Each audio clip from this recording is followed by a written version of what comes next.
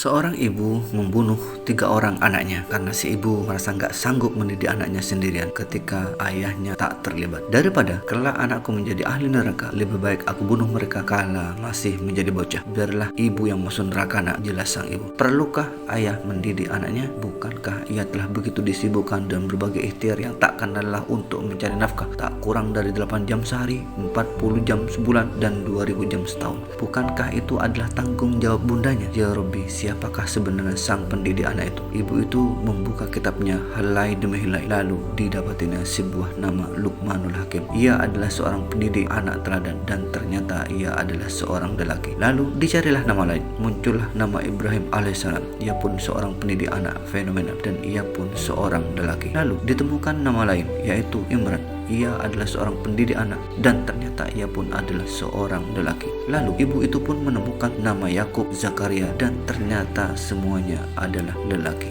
Ternyata aku keliru selama ini. Batin ibu itu sedikit mengeluh. Ternyata sang pendidik anak yang sebenarnya adalah seorang ayah. Ayah adalah sang pemimpin. Ayah adalah seorang imam, sosok yang ucapannya didengarkan, perilakunya diikuti, dan bahkan isi dompetnya dapat membuat seisi rumah taat kepadanya. Ia tak banyak bicara, tapi lebih banyak didengar. Ada 17 ayat dalam Al-Quran tentang pendidikan anak. Ternyata 14 diantaranya dilakoni oleh para ayah, hanya 3 yang dilakoni oleh bunda dan keduanya. Seorang manusia ditanya di neraka tentang penyebab kedurhakaannya. Lalu ia berkata, aku hanya ikuti ayahku sehingga Allah murka. Apakah Anda seorang ayah? Ayah, didiklah anakmu karena engkaulah yang kelak akan mampu menjadikannya Yahudi, Nasrani, Majusi, atau Muslim. Ayah, didiklah anakmu karena kelak engkaulah yang akan ditanya kenapa anak gadismu keluar tak menutup aurat. Dan ayah, banggalah dengan mandatmu karena lewat pendidikanmu engkau tak hanya menghasilkan anak-anak soleh dan solehah, tetapi engkau akan membentuk kader-kader peradaban. Bukan hanya melahirkan anak-anak, tapi bahkan keturunan yang akan menjadikan penerus dinastimu